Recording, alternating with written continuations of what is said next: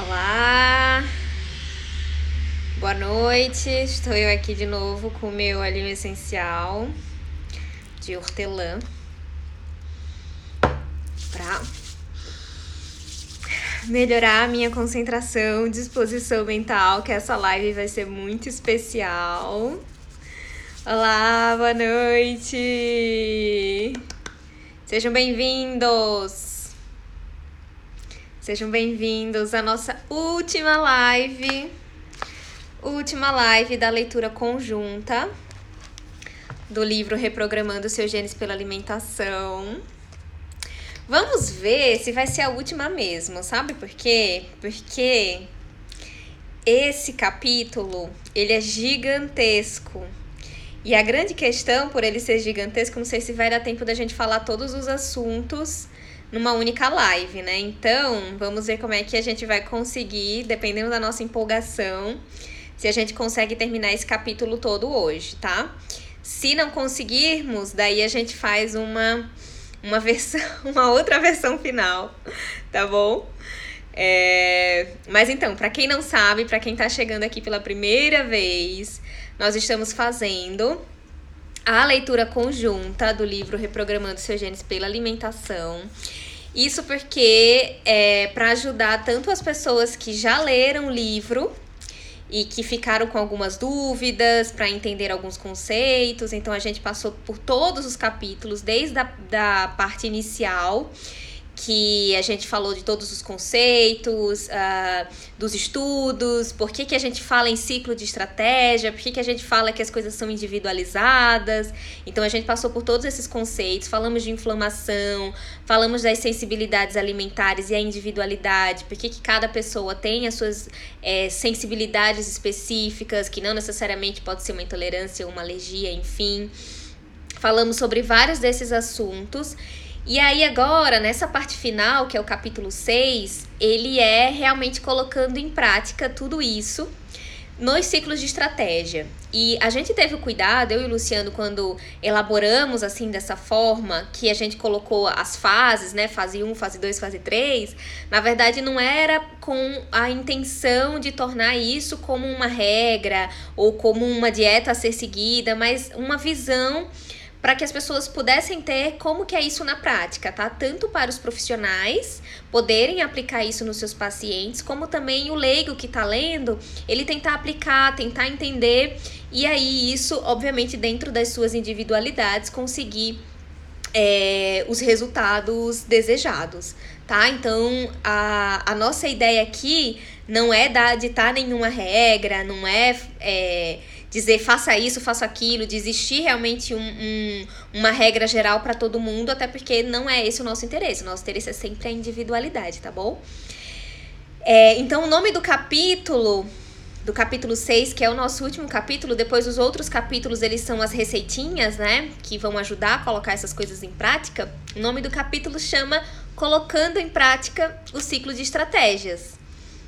E daí a gente explica, né, tem uma partezinha introdutória do que é o ciclo de estratégia em si. E efetivamente a gente começa a falar sobre o ciclo de estratégia aqui, ó, na página 71. Então vamos esperar o pessoal entrando aí pra gente poder começar efetivamente. Como eu falei lá nos stories, a minha ideia é deixar a live salva, e se eu conseguir subir a live no meu canal no YouTube, melhor ainda, né? Porque daí vocês vão conseguir assistir depois. E daí eu também não quero ficar enrolando muito, porque se a gente enrolar muito, a live fica gigantesca e também o vídeo ele fica, né, meio sem... com muita enrolação e com menos conteúdo para subir no YouTube, às vezes fica ruim, tá bom? Então é isso, estamos explicados que essa é a nossa última live. Então, capítulo 6 do livro Reprogramando Seus Genes pela Alimentação. Quem não tem ainda o livro, ele só é vendido na livraria Polo Books, no site da livraria polobooks.com.br. Depois eu vou deixar o link lá nos stories, mas ele o link tá na minha bio do Instagram. Em qualquer outro lugar é só vocês jogarem no Google livrariapolobooks.com.br que vocês vão achar os nossos 2 livros. Hoje, inclusive, esse é o segundo livro, né, que a gente publicou, eu e o Luciano Bruno. Esse aqui foi publicado ano passado, 2018. O nosso primeiro livro foi esse aqui, ó. Alvos genéticos e epigenéticos, estratégias nutricionais eficientes. E eu vou, para quem tem os 2 livros, fiquem com os 2 livros na mão, porque eu vou falar dele para explicar principalmente a fase 1, alguns conceitos que a gente usa aqui, tá bom? Então vamos lá. Então, página 71. E aqui a gente tem um esqueminha de todas as fases, ó. Fase 1, fase 2 e fase 3. E aqui para todas as fases, que é quebrar o platô, daquela pessoa que já chegou na fase do emagrecimento e não consegue mais perder,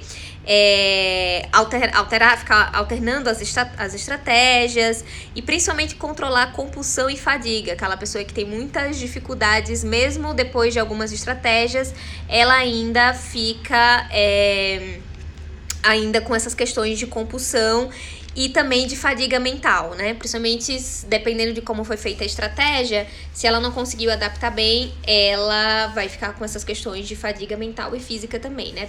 Reduzindo aí o seu desempenho. Então, vamos lá. Vamos falar sobre cada fase que tá aqui nesse nosso quadrinho que a gente explica. A fase 1, outro detalhe, não significa que ela tem que ser seguida dessa forma. Isso eu falei na última live.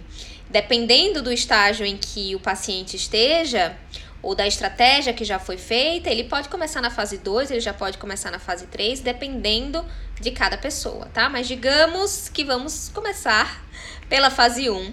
E qual que é a nossa intenção aqui nessa fase 1? É de fato reduzir o consumo de carboidrato, mas na verdade não é reduzir, é fazer esse equilíbrio, esse consumo racional de carboidrato. Porque quando a gente vai fazer uma análise do que a maioria das pessoas consomem, né, ela toma ali um pãozinho no café da manhã, aí come uma bolachinha no lanche, aí come no almoço, faz um arroz, um purê de batata e um monte de carboidrato. E aí no lanchinho da tarde ela come um bolinho com cafezinho e põe açúcar. E aí à noite ela quer comer, sei lá, ou toma uma sopa, às vezes com bastante carboidrato também. E come mais um pãozinho, mais alguma coisa no final da noite. No final do dia ela vai lá e principalmente, por exemplo, se ela coloca no almoço dela, que ela acha que tá arrasando, né, dele ou dela, acha que tá arrasando um suquinho de caixinha, cheio de açúcar, enfim. Então, se a gente for somar a quantidade de carboidrato que a maioria das pessoas, né, consome, chega ali em torno de 200 a 300 gramas dia. E o que a gente recomenda aqui? Para fazer esse controle racional de carboidrato, pensando principalmente na carga glicêmica, e não necessariamente na quantidade, mas na carga glicêmica, é que ela seja ali em torno de 40% de carboidrato do total da dieta no máximo, tá? E aí, quantitativamente, isso seria entre 80 gramas a 150 gramas por dia. Aí isso o profissional que vai contabilizar para você. Mas nos nossos exemplos aqui que a gente colocou, que são as páginas seguintes, dá para você ter uma ideia do que seria isso, tá bom? Em cada fase. A questão aqui, se você vai colocar 80 ou 150 gramas de carboidrato, vai depender do consumo prévio daquela pessoa, vai depender se tem resistência à insulina, vai depender se precisa realmente de emagrecimento, vai depender de uma série de coisas para que a indicação dessa redução de carboidrato ela seja efetiva, tá bom? E aí existe uma questão aqui importante que é importante assim, porque as pessoas elas confundem muito, né, do que é low carb, né? O que eu tô fazendo de low carb? E nos estudos, isso já mencionei, mas é sempre bom reforçar, porque sempre tem gente nova. Low carb ela pode ser uma estratégia até 150 gramas de carboidrato dia, tá? Aí existe a very low carb, que aí é abaixo de 50 gramas, e tem a cetogênica em si. E aí, algumas pessoas... Oi, Pri Antunes, você tá aí? Existem algumas pessoas são super bem adaptadas que com 60 gramas dia ela já entra numa certa adaptação. E é isso, a gente pode dizer que a pessoa está numa estratégia cetogênica porque com 60 gramas de carboidrato ela conseguiu entrar ali em cetose e fazer dos corpos cetônicos a sua principal fonte de energia. Mas tem pessoas que só conseguem isso com 20 gramas de carboidrato dia. Então, isso vai depender muito de pessoa para pessoa. Então, por isso que até essa definição do que é low carb, do que é cetogênica, ela também vai ser diferente para cada pessoa, tá bom? Então, por isso que não existe uma regra geral. E aí, o que acontece? Aqui nessa fase 1, a outra estratégia assim básica, que é básico para todo mundo, é reduzir o consumo de industrializados, de coisas de caixinha, de coisas de... Também tô com saudades, Pri. Coisas com muita toxina, né? Com coisas que a gente não sabe o que é. Então, realmente é fazer alimentação limpa, com comida de verdade. Procurar fazer a utilização dos alimentos orgânicos sempre que possível. Eliminar, obviamente, o máximo possível do consumo excessivo do açúcar refinado, das farinhas brancas. Então, isso é o básico, tá?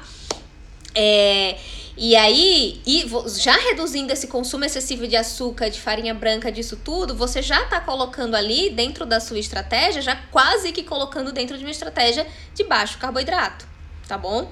Então, muitas vezes, o que as pessoas confundem, querem, nas fases iniciais, reduzir excessivamente o consumo de carboidrato, sendo que ela nem precisaria daquilo se ela fizer esses ajustes iniciais, tá bom?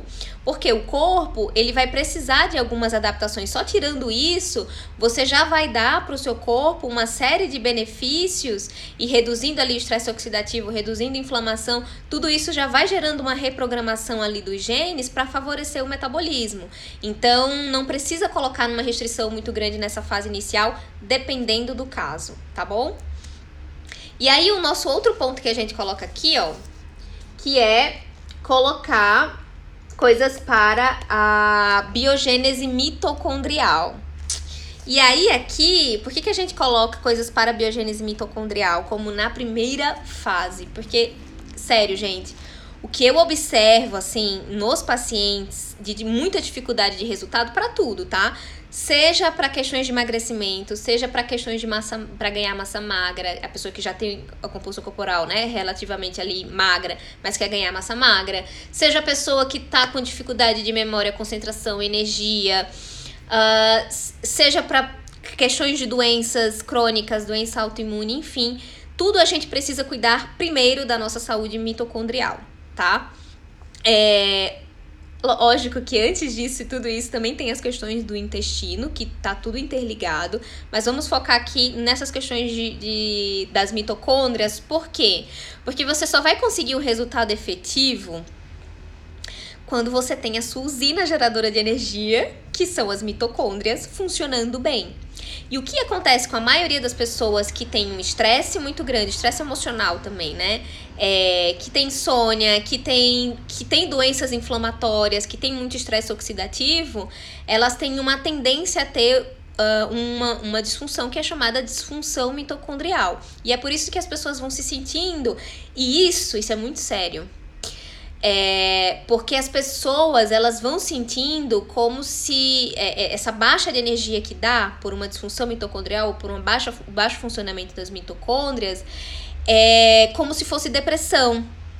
E na verdade ela só tá ali com baixa energia mesmo, é muito fácil confundir uma depressão, a pessoa achar, nossa, mas o que tá acontecendo? Porque eu não tenho energia, não tenho força, com uma disfunção mitocondrial. Então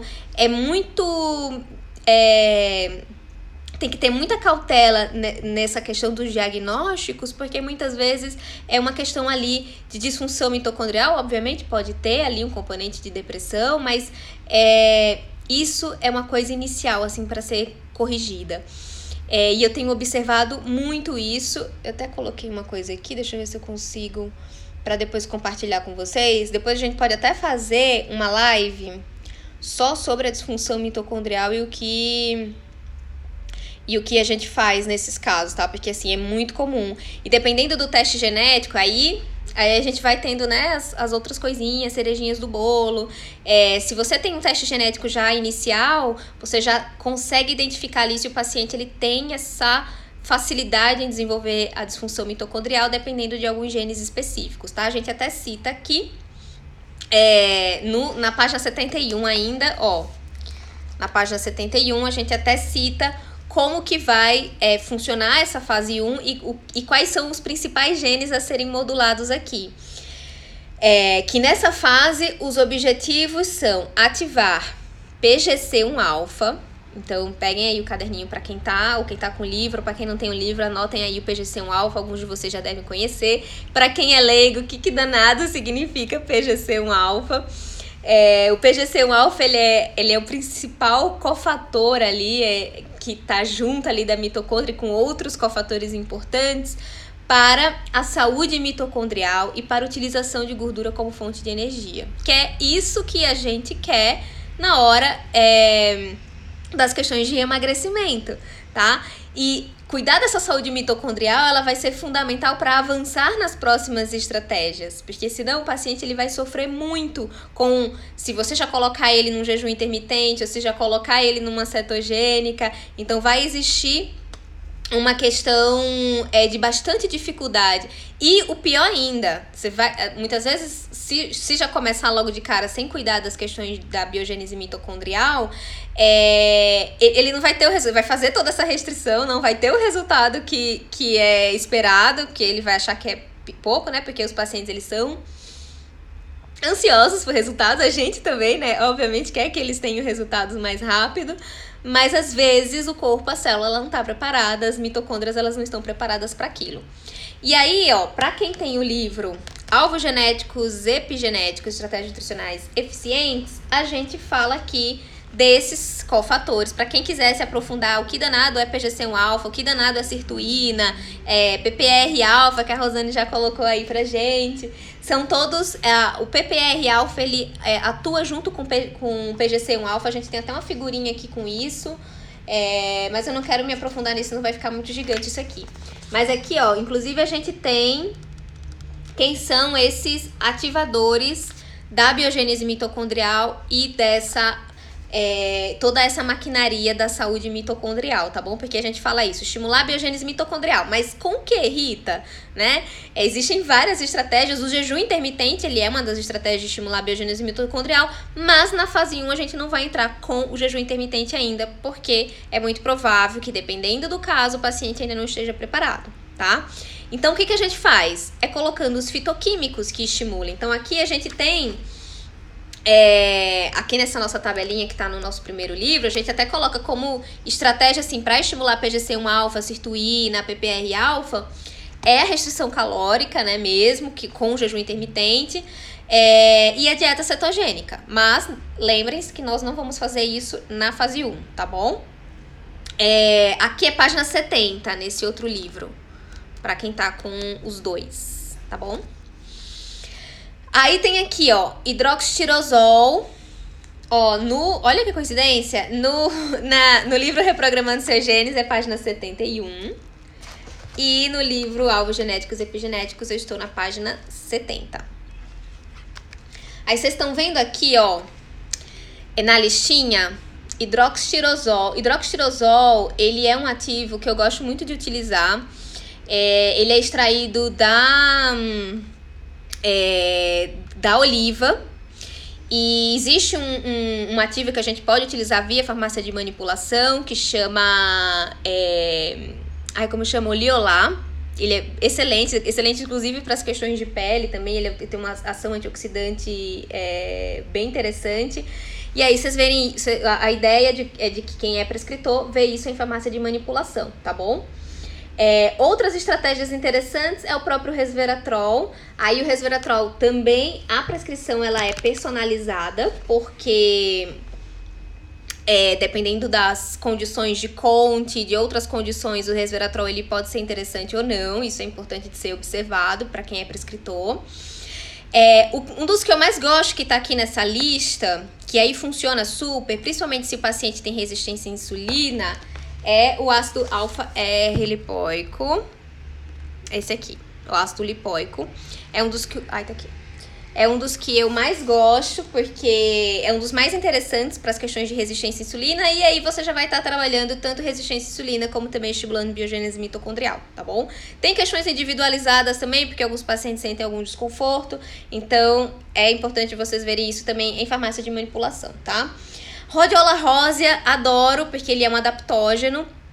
Tem as individualidades, né? Nem todo mundo super se dá bem com a rhodiola, mas eu gosto super porque ela aumenta também a disposição física e mental, ela tem uma atuação ali em nível de dopamina, então é bem interessante para quem tá ali meio nessa coisa meio depressiva, então ela é super interessante. Tem também citrulina. Citrulina a gente encontra, por exemplo, na melancia tem citrulina. Mas também pode ser via suplementação, via farmácia de manipulação também. Quercetina, ácido elástico e o butirato. O butirato que a gente faz isso como? Modulando as questões de intestino, melhorando a composição da microbiota das bactérias que são produtoras de butirato, de ácido butírico. Então, ou seja, essa fase 1, a ideia é utilizar esses ativos como uma cerejinha do bolo, como coisas ali para modular essa biogênese mitocondrial, já que não estamos fazendo tanta restrição, tantas questões relacionadas a isso, tá? Isso aqui são só alguns exemplos, depois eu posso até fazer uma listinha maior e mostrar para vocês, e aí dá mais completo isso das coisas que melhoram a biogênese mitocondrial. Tem numa das nossas lâminas do Epigênese também a gente fala sobre isso. Coenzima Q10 é uma das coisas assim principais, então nesse início que você não vai colocar tanta suplementação, tanta coisa, né, porque você tá ali começando as estratégias, então você pode começar com o básico mesmo. Coenzima Q10, o biquinol, ou fazer associação biquinol com biquinona, dependendo da situação, tá bom? Porque tem essas questões. Depois olhem lá meu vídeo sobre coenzima Q10, lá no canal no YouTube, que tem bastante informação sobre isso. Outro ativo que eu gosto muito, o PQQ também eu gosto bastante. A berberina também, nessa fase inicial, ela super funciona. Também se tiver resistência à insulina, melhor ainda, porque você já vai trabalhando essas questões. E a berberina super atua no PPR-alfa, no PGC1-alfa e na sirtuína também, tá? Bio-PQQ, exatamente. Super gosto também de utilizar nessas fases iniciais, porque dá também um aumento de disposição e energia, melhora essa saúde mitocondrial e vai modulando todos esses fatores, tá bom? E a ideia aqui é preparar para a próxima fase, tá bom? Então aqui, ó, o que a gente sugere é que nessa fase ela seja ali de 4 a 8 semanas. Vai depender de cada caso, obviamente, tá? Se a pessoa tava ali num estilo de vida bem ruim, a ideia é ficar pelo menos 8 semanas. Se ela já tá ali, você tá começando, ela já tá quase pronta para avançar, você coloca ali somente 4 semanas para modular rapidinho e depois já passa para a próxima fase, tá bom? Entendido? Alguma dúvida aqui na fase 1? Podemos passar para a fase 2. Então vamos lá. Fase 2. Fase 2, 2 a 4 semanas. Por quê? Porque ela é um pouquinho mais restrita. Coenzima Q10 pode dar taquicardia? Então, dependendo da dose e de como você faz, algumas pessoas têm uns efeitozinhos com o biquinol, tá? Por isso que eu gosto às vezes de fazer associação biquinol com biquinona, tá bom? Então é bom observar isso aí. Então vamos lá. Fase 2. 2 a 4 semanas. Aí o que tem aqui, ó? Jejum intermitente de 16 a 18 horas. Não é para ser todos os dias. Você vai começar agora. Não é para fazer todos os dias. Faz 2, 3 vezes por semana e depois vai aumentando. Depois faz o Time Restricted Feeding, que já falamos sobre isso também. Não sei se vocês vão lembrar, mas é deixar uma janela de alimentação. É comer no máximo até 8 horas, no máximo jantar até 8 horas da noite. E depois você come no outro dia, tá bom? E tenta também esticar um pouquinho esse café da manhã para um pouquinho mais tarde. Ou dependendo do horário que você jantou, vai direto pro almoço. Aí coloca o almoço mais cedo. E aqui a ideia é preparar para cetogênica, tá? Aí a gente vai avançando outras coisinhas mais. Então, por exemplo, se você deixou o carboidrato aqui nessa primeira fase 150 gramas, então aqui na fase 2 você deixa 100 gramas no máximo, tá? E aí vai diminuindo. E aí, aqui você vai observar as questões de compulsão, controlar o apetite, né? Porque nessa fase inicial, dependendo da pessoa, de como ela tá, e se ela tiver essa tendência às compulsões, então é muito bom prestar atenção nessas questões comportamentais, tá? É fundamental. Porque senão vai ficar nesse vai e vem o tempo todo, né? Ele começa ali animado nas 4 primeiras semanas e depois coloca tudo a perder porque teve um episódio compulsivo e não consegue mais voltar para a estratégia que você estabeleceu, e aí fica mal, fica com piora a motivação, piora todas as questões psicológicas, tá bom? Então, muito atentos a isso, dependendo do paciente que você atendeu, você já sentiu que tem questões disso, então já procure um atendimento integrado com outros profissionais para ficar monitorando essas questões, tá bom? E aqui, aí, dependendo do caso, né, você colocou ali os ativos para as questões de biogênese mitocondrial, aqui a gente já pode avançar um pouquinho e colocar os fitoquímicos para a termogênese. Os fitoquímicos para a termogênese são aqueles que vão atuar ali principalmente em questões de lipólise, que também vão atuar na saúde mitocondrial, porque a termogênese ela acontece na mitocôndria. Mas outros ativos que estimulem um pouco mais as proteínas desacopladoras, o CP1, o CP2, para quem é profissional sabe do que eu tô falando. E temos isso aqui também nesse livro explicando as proteínas desacopladoras, tá? Eu não lembro agora exatamente qual é a página que vai estar, mas a gente explica isso aqui, ó, na página 90 desse primeiro livro. A gente fala um pouco sobre isso, que é o tecido adiposo. Quando a gente fala de tecido adiposo branco e tecido adiposo marrom. No jejum pode e deve, inclusive em todas as fases aqui tem que ter chazinhos, porque os chazinhos, eles também vão atuar nessas questões de biogênese mitocondrial. E na fase 2 também para melhorar essas questões de termogênese, para também reduzir até as compulsões, então se for uma pessoa que está muito ansiosa, então dependendo da estratégia, a gente vai utilizar os chazinhos corretos também em cada uma dessas fases, pelo menos 2 vezes ao dia os chazinhos, tá? Eu gosto de utilizar 3 vezes, uma no meio da manhã, outra até no máximo 5 horas da tarde, dependendo do chazinho, que isso já vai modulando as questões de fome pra noite, e outra no máximo ali 8 horas da noite para melhorar as questões de sono, tá? Então, e também não muito chá perto de dormir, porque senão a pessoa vai querer ir ao banheiro, vai atrapalhar o sono, tá bom?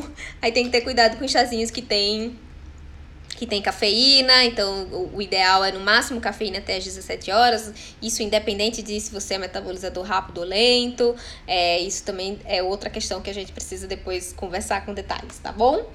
Então, aqui ó, na página 90 desse outro livro, para quem tá acompanhando, temos falando sobre os fitoquímicos para a termogênese, o que são essas proteínas desacopladoras, o CP1, o CP2, porque aí isso é de fato aumentar o que as pessoas chamam de termogênico, eu vou aumentar meu metabolismo, não é bem isso, é o mecanismo. Então existem alguns ativos, existem alguns fitoquímicos que dão esse pulo do gato, que ativam mais, que faz o negócio andar e pegar no tranco ali, principalmente para quem tá o negócio meio devagar, quase parando, tá bom? E aí a gente tem os exemplos aqui dos genes que vocês podem olhar, principalmente para quem tem ali o teste genético, e você já pode ir identificando se o seu paciente tem isso ou não, tá?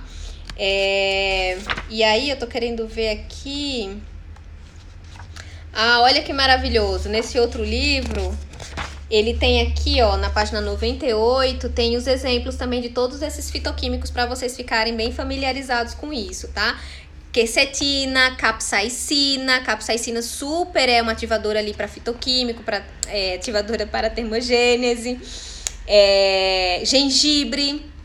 Aí tem fucoxantina, astaxantina, as algas funcionam super, então espirulina funciona super, a alga marrom funciona super, que eu gosto muito de fazer essa associação da alga marrom.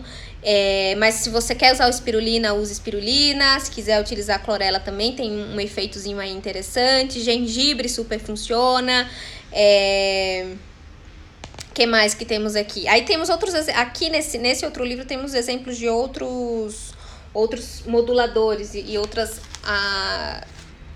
ações em outras moléculas aqui, que dependendo da situação a gente pode utilizar ou não. Esse outro livro que eu mostrei é o nosso primeiro livro. Alvos genéticos, epigenéticos, estratégias nutricionais eficientes. Esse aqui ele é um pouco mais técnico, tá? Então, mas, dependendo do seu nível de entendimento, vai entender muitas coisas que estão aqui, vai entender e conseguir complementar o que tem aqui, tá bom? Então, um meio que complementa o outro, aprofunda, né? Essas questões que a gente fala aqui, tá? E aqui também, nessa fase 2, a ideia também é modular as questões inflamatórias, né? Então, muitas vezes os pacientes eles já vêm com umas condições de inflamação bastante exacerbadas, e aí é uma coisa pra gente modular também. Aí a gente pode pensar no ômega 3, no óleo de crio, nas estratégias mesmo antioxidantes e anti-inflamatórias da dieta, né? Por isso que a gente reforça tanto de não utilizar industrializados, de só utilizar comida de verdade. Boa. Nossa, Rosane, sua participação é essencial nas lives. Eu vou avisar, assim, tem que ter a Rosane nas lives, que ela sempre me lembra de coisa boa. A terpelina C é do própolis verde, tá? E aí, outra estratégia super antioxidante, anti-inflamatória, fazer uma utilização do própolis no chazinho. Isso o Luciano mostra muito. Então, quem já acompanha ele já sabe de todas essas estratégias. Pela manhã, fazer uma estratégia antioxidante, anti-inflamatória é super importante em todas as fases, principalmente também em fase 1 e fase 2, que é a fase que a gente precisa dar uma modulada mais rápido nisso, tá bom? E aí a gente até fala aqui também na fase 2, que vai durar entre 2 a 4 semanas, que a dieta ela vai ter uma característica do Mediterrâneo, com bastante fitoquímico, com bastante alimentos com carga glicêmica baixa ainda, tá? E as frutinhas principais para entrar aí, entra abacate, as frutas vermelhas, então várias dessas questões antioxidantes e anti-inflamatórias, tá bom? Tudo bem até aqui? Podemos passar para a próxima fase. Nossa, gente, eu tô falando horrores. Essa live aqui vai ficar gigantesca, eu falei. Próxima fase, que é a fase 3. Estamos já na página 72.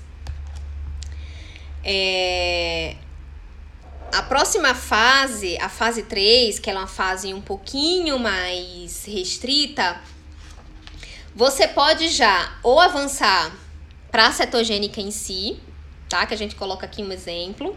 Depois que você fez essa adaptação. A cetogênica,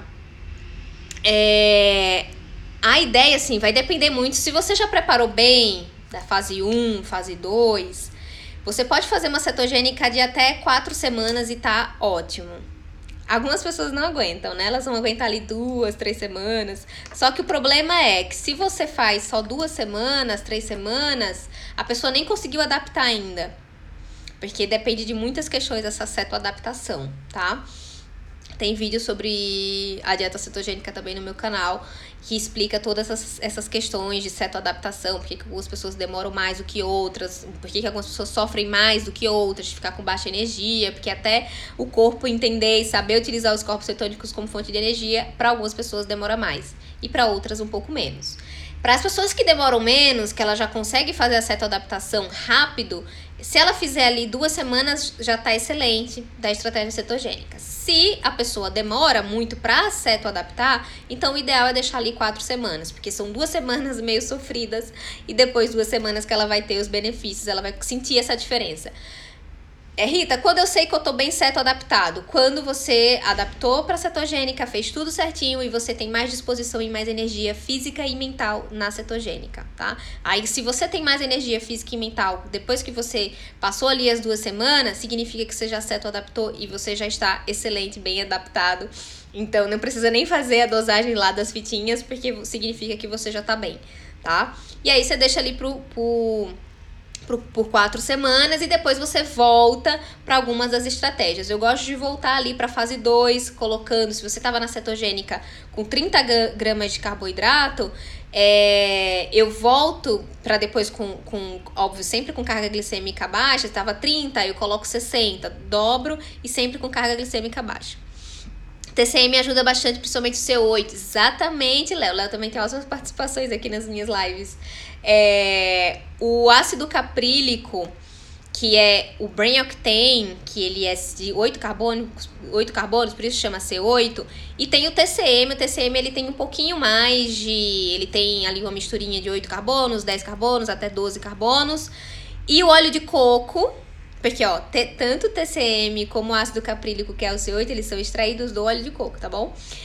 Por que em alguns casos eu não gosto de utilizar o óleo de coco? Porque ele tem, às vezes, ali uma concentração de ácidos graxos de tamanho maior, dependendo da situação da pessoa. Não gosto que isso vai atrapalhar algumas questões de PPR gama, vai dar uma atrapalhada. Tem pessoas que são muito sensíveis à gordura saturada de tamanho um pouquinho maior para as questões de inflamação também. Então, nessa fase inicial, eu prefiro ou TCM de cadeias menores ou C8 mesmo. Porque o C8, principalmente, ele aumenta a produção de corpos cetônicos, então ajuda a adaptar mais rápido, tá bom? Aí, se você faz o C8 junto com cafeína no café, né? Por isso que ficou tão conhecida essa coisa de botar... o Brain Octane no café também, é porque isso também estimula a produção de corpos cetônicos, tá? Não é nada demais, é só uma estratégia para aumentar a produção de corpos cetônicos e facilita o seu processo de cetoadaptação, tá bom? Boa pergunta. Depois de chegar no peso ideal, qual a melhor estratégia? Então, depois que você chega no seu peso ideal... que é inclusive que a gente fala, né, nas próximas fases, é você ficar ainda rotacionando as estratégias, mas aí você não precisa fazer as restrições, não precisa fazer esse manejo de vai e vem. A não ser que, por exemplo, se tiver uma doença autoimune, alguma questão inflamatória que você precisa fazer algo mais agudo, aí sim, fazer uma cetogênica ou fazer um fast mimic diet, que é uma plant-based, em alguns momentos para reduzir a carga inflamatória, dependendo do caso, tá bom? Mas aí, para manter o peso, é só você ficar rotacionando as estratégias sem fazer nenhum exagero. Então, por isso que a gente brinca assim que, na verdade, a gente não gosta de rotular as coisas, né? Dieta disso, dieta daquilo. É dieta, alimentação saudável, só que com equilíbrio, com controle, dependendo de cada pessoa, tá bom? No jejum pode usar o Brain... Então, que depende, essa coisa do jejum, depois eu preciso explicar isso melhor, sobre o jejum e a utilização de algumas coisas que quebram o jejum. Porque depende de qual é o objetivo do seu jejum. Se o seu objetivo do seu jejum é aumentar a produção de corpos cetônicos, porque o jejum intermitente, dentro da estratégia cetogênica, por exemplo, estou na cetogênica e vou fazer também jejum intermitente. A ideia do jejum é potencializar a produção de corpos cetônicos. Se é essa a ideia... Porque a ideia é produzir corpos cetônicos, a ideia é ter mais energia física e mental, a ideia é também modular genes inflamatórios, a ideia também é ajustar questões de emagrecimento. Você pode utilizar o Brain Octane no café, ou no chá, ou enfim, ou toma só ele, não gosto. Mas enfim, da forma como você preferir, né, o profissional prescrever para você... Tá super interessante, porque isso vai aumentar a produção de corpos cetônicos, para esse objetivo. Se o seu objetivo do jejum é o jejum mesmo, né, porque aí você quer modular questões intestinais, quer modular, enfim, seja lá qual é o outro objetivo que você esteja colocando ali daquele jejum intermitente, aí não utiliza nada, no máximo chazinhos, no máximo café, tá? Entendido isso? Porque tem uma questão diferente do que depende de qual é o objetivo do jejum intermitente, tá bom? Aí, na fase 3, que a gente fala da cetogênica, do ciclo de carboidrato, porque dependendo de quanto que você colocou na fase 2, você já pode, inclusive na fase 3, aumentar esse carboidrato. Tem muitos pacientes que chegam, não sei se eles estão aí assistindo, porque tem alguns que assistem a gente aqui, já fazendo uma restrição de carboidrato muito grande. E eles chegam pra gente achando que a gente vai diminuir mais, que a gente vai fazer uma cetogênica mais agressiva. Na verdade, dependendo do caso, aquele paciente ele tá precisando entrar com um pouquinho mais de carboidrato. Então vai depender muito de... Aí eles ficam, nossa, mas eu achei que eu ia fazer uma cetogênica agora, porque eu já diminuí meu carboidrato e não tive... Parou de ter resultado, tô no platô, então significa que eu tenho que avançar já pra cetogênica. Eu falo, não. Agora é hora da gente fazer o ciclo de carboidrato, você vai precisar até mais de um pouquinho de carboidrato, vamos melhorar sua biogênese mitocondrial, vamos melhorar outras coisas, depois a gente faz a cetogênica, tá?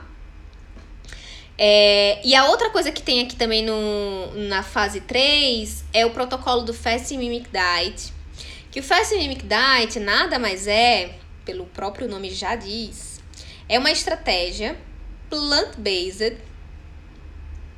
Depois eu vou falar melhor sobre isso, a diferença das intenções do jejum e o que quebra ou não, dependendo do que é o objetivo, tá? Mas só para finalizar aqui esse raciocínio. O Fasting Mimic Diet, pelo próprio nome, ele é uma estratégia que imita o jejum, só que comendo. São 3 refeições ao dia, o protocolo original, tá bom? Dos estudos do professor Walter Longo. Inclusive, quando eu fui ano passado pra Europa, eu fiz um congresso junto com ele. E assim, os estudos dele são incríveis. Ele tava com outras publicações que estão para sair ainda esse ano. O protocolo original que foi criado por ele é esse de que no máximo 500 calorias, 3 refeições por dia, e a estratégia ela é plant-based, com a carga glicêmica, não é tão restrição de carboidrato, porque ela é plant-based, né? Então tem um pouquinho ali de carboidrato, no máximo 45%. Ela tem um consumo ali de proteína nem tão baixo, mas obviamente nem tão alto. Mas a ideia é imitar o jejum, é imitar os efeitos do jejum, só que comendo pouco, tá? E a estratégia ela vai de 5 a 10 dias. Originalmente são 7 dias, tá? Dependendo do estudo que você pegar com o Fasting Mimic Diet. Qual é o objetivo dela? Em alguns casos, quebrar platô ou diminuir muito as questões inflamatórias para quem tá numa fase aguda ali. E também para quem não aguenta fazer um jejum mais prolongado. Porque a pessoa, ela prefere que você distribua ali, ao longo do dia, mesmo que seja pouco, porque ela não consegue ficar muito tempo em jejum, tá? Ela não consegue ficar ali, não consegue por milhões de questões, tá? E não vamos entrar no mérito disso. Porque pode ter questões que podem ser moduladas disso e a pessoa, de repente, conseguir e conseguir adaptar bem.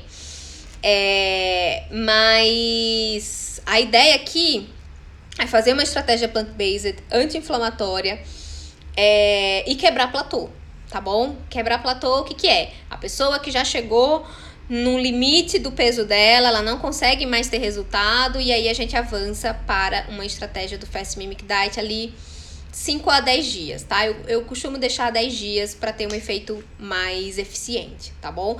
Com muito cuidado para não ter efeito rebote depois, para a pessoa não ter o efeito ali de alterar as questões. Por isso você tem que conhecer muito. Por isso a gente coloca assim na fase 3, porque nisso você já conheceu bem a pessoa, ou você já se conhece o suficiente para saber que ao final daqueles 10 dias de restrição maior, você não vai desenvolver um episódio compulsivo, você não vai ter um efeito rebote, tá? E colocar tudo a perder psicologicamente, tá bom? Então, muito atenção a essas questões, tá? E aí, a questão é o seguinte, depois disso, da fase 3, a gente coloca aqui fase 3, 5 a 10 dias, porque é especificamente pro Fasting Mimic Diet, mas você pode fazer uma plant-based, uma estratégia plant-based vegana, por 5, 10 dias, depende aí das questões também de detoxificação que a pessoa precisa melhorar, ou se ela quer realmente virar vegana, você já aproveita essa fase para ir adaptando a pessoa também, fazer essa transição. Obviamente, se for por as questões que a pessoa quer, né, realmente ter uma estratégia, um estilo de vida aí realmente plant-based, tá bom? E aí, o que acontece depois que você passou, né, por todas as fases? A ideia é continuar observando essas questões do platô, né, se conseguiu ter um resultado efetivo. E aí é muito importante lembrar que algumas pessoas, elas têm resultado mais lento mesmo, tá? Tem as questões hormonais envolvidas e tem as questões genéticas envolvidas relacionadas a esse resultado mais lento, tá bom? Então tem que ficar muito atento a isso. Controlar sempre as compulsões e a fadiga física e mental. Aí a gente pode utilizar adaptógenos. Aí a gente, nessas outras fases, a gente já avança também na suplementação, já identifica o que funcionou, o que não funcionou da suplementação inicial, se você vai deixar ali alguns daqueles fitoquímicos iniciais para biogênese mitocondrial, se já melhorou resistência à insulina, então você já troca ali o ácido lipóico para outra coisa, para um adaptógeno de estresse, de ansiedade, dependendo se for o caso. Aí são inúmeras opções que temos. Por exemplo, gosto muito para as questões de estresse e ansiedade utilizar os citrussinenses. Crocos sativos também eu utilizo bastante. Isso nas farmácias de manipulação vocês vão encontrar de várias formas, tá bom? Você pode usar L-teanina. A L-teanina a gente pode tanto usar através do chá, como também ele concentrado na suplementação também. Se esse for um caso de ansiedade maior, se você quer melhorar foco, concentração também para estudos. Aí tem outros adaptógenos e nootrópicos, né? Coisas que melhoram essa questão da saúde mental, porque isso é fundamental, né? Porque a gente vai fazer todas essas estratégias, a gente quer que a pessoa fique bem feliz. Porque o que eu observo nas pessoas que têm muita dificuldade em manter a estratégia, né? São todas as questões de motivação, que está muito relacionado com o metabolismo de dopamina, tá? Então, ok que existem questões aí psicológicas envolvidas, mas existe uma questão da química cerebral que algumas pessoas têm muitas dificuldades com a síntese de dopamina, então elas não conseguem manter a motivação por muito tempo. Então ela fica até motivada ali no início, mas depois ela perde a motivação rápido. Então você tem que estar ali estimulando. Então utilizar os ativos para dopamina são fundamentais para manter sempre a pessoa nesse estado motivacional e ela mantendo ali também, tá? Você pode utilizar todas as técnicas do mundo de fazer ali técnicas de coach, mas se a pessoa tiver baixa dopamina, baixa produção mesmo, ela tem polimorfismo para receptor de dopamina, muita coisa ela pega e vai pegando ali no tranco, a chance dela abandonar é grande, tá? Então isso é muito importante ver como que isso no teste genético a gente identifica bastante, tá? Normalmente sim, as pessoas com transtorno de déficit de atenção porque depende muito, né? Tem pessoas com transtorno de déficit de atenção, se ela for muito dopaminérgica, se ela já tem muita dopamina e ela tem a dificuldade dela é porque ela tem o excesso de dopamina, às vezes ela até consegue ter um estado motivacional bom, depende muito. A questão é que ela não consegue se manter focada, essa é a questão, tá? Que aí algumas pessoas, ela pode até estar ali motivada, mas ela não consegue manter focada por muito tempo, tá? Então, é uma questão que a gente precisa sempre estar atentos, tá? Os ativos para a dopamina, eu adoro utilizar a Bacopa. Na verdade, a Bacopa modula mais acetilcolina, que é para aprendizado, foco, concentração para aprendizado. Mas eu gosto muito porque ela também dá uma elevação boa mental. Aí depende de outras questões genéticas e de como que é o mood da pessoa, como é o humor da pessoa, se ela tem um humor mais depressivo, ela tem uma tendência a ter dopamina mais baixa, por exemplo, se ela tem um humor mais depressivo pela manhã, assim, acorda meio para baixo, meio para baixo. Então a ideia é aumentar isso. Então Rhodiola rose ajuda bastante, a mucuna ajuda bastante também, então é um ativo legal. Em alguns casos, L-tirosina também a gente utiliza, isso aumenta também a produção de dopamina. Que mais? Gosto de utilizar para modular todas essas questões de desempenho físico e mental, as coisas que melhoram a resposta ao estresse, fosfatidilcerina, também ajuda bastante, porque isso também ajuda a modular e manter esse estado de você equilibrado, né, sem estar com essa resposta ao estresse tão aumentada. Que mais? Além desses, basicamente isso, assim, são esses que eu mais uso. Bacopa, curcumina também, o Crocus sativus também é uma associação curcumina com Crocus sativus também ajuda bastante. E é isso, basicamente isso, tá bom? O que mais temos aqui? Depois, na página 72, a partir da página 72, a gente tem aqui, ó, uma série de explicações. Cordíceps, ele ajuda, na verdade, assim, os cogumelos, eles têm uma ação nootrópica super interessante, eles funcionam super como adaptógeno também. Gosto para essas questões, mas eu gosto de fazer um mixinho também de cogumelos para dar esse efeito, tá? Eles não atuam tanto especificamente em dopamina, mas eles têm um efeito ali de melhorar disposição e energia, porque eles melhoram o fluxo sanguíneo cerebral. Então, tudo que melhora fluxo sanguíneo cerebral é excelente para essa saúde mental, tá? Para manter foco, disposição e energia. E aí isso é bom para todo mundo. Se você é conte rápido, se é conte lenta, coisas que melhoram o fluxo sanguíneo cerebral é super legal. Aí os cogumelos entram nesse âmbito aí, tá bom? Aí aqui, ó, vejam, a partir da página 72 tem várias explicaçõezinhas, com mais detalhes de cada fase. Aí na página 73 temos aqui, ó, alimentos a serem evitados. Açúcar, na fase 1, tá? Que é o básico. Açúcar refinado, refrigerante, suco concentrado de caixinha, agave. Nossa, eu vejo, gente, teve uma época, uma fase do agave, que eu não sei o que aconteceu, que era todo mundo usando agave em excesso para adoçar tudo. Mel de agave tem uma concentração de frutose muito grande, não é uma coisa interessante não, tá bom? Doces, sorvetes, enfim, tudo que tenha muito açúcar. Alimentos de alta carga glicêmica com farinha refinada, isso para fase 1, tá bom? Pães, massas, tapioca, polvilho, isso também, tudo isso em excesso, tá bom? E não adianta ficar colocando ali chiazinha, coisinha, porque isso também, dependendo da pessoa, vai aumentar a carga glicêmica ali, isso não vai mudar tanto, tá? Gordura trans e os óleos de má qualidade, né? Óleos refinados, óleo de soja, óleo de milho, óleo de girassol, margarina. Então, tudo isso é básico. Eu sei que muitos de vocês já sabem, mas é sempre bom reforçar, tá? Se os livros vão estar à venda no Meeting, vão estar à venda no Meeting. Tem esses 2 livros e tem surpresa para quem tá assistindo a live. Vamos ter um próximo livro que vai ser lançado no Meeting também, tá bom? Eu não ia falar sobre isso porque, na verdade, é assim, né? Tudo meio na emoção, né? A ideia é lançar ele no Meet, mas muito provável que ele estará já no Meet, nosso próximo livro, tá? Aliás, eu tenho outra notícia maravilhosa para dar para vocês.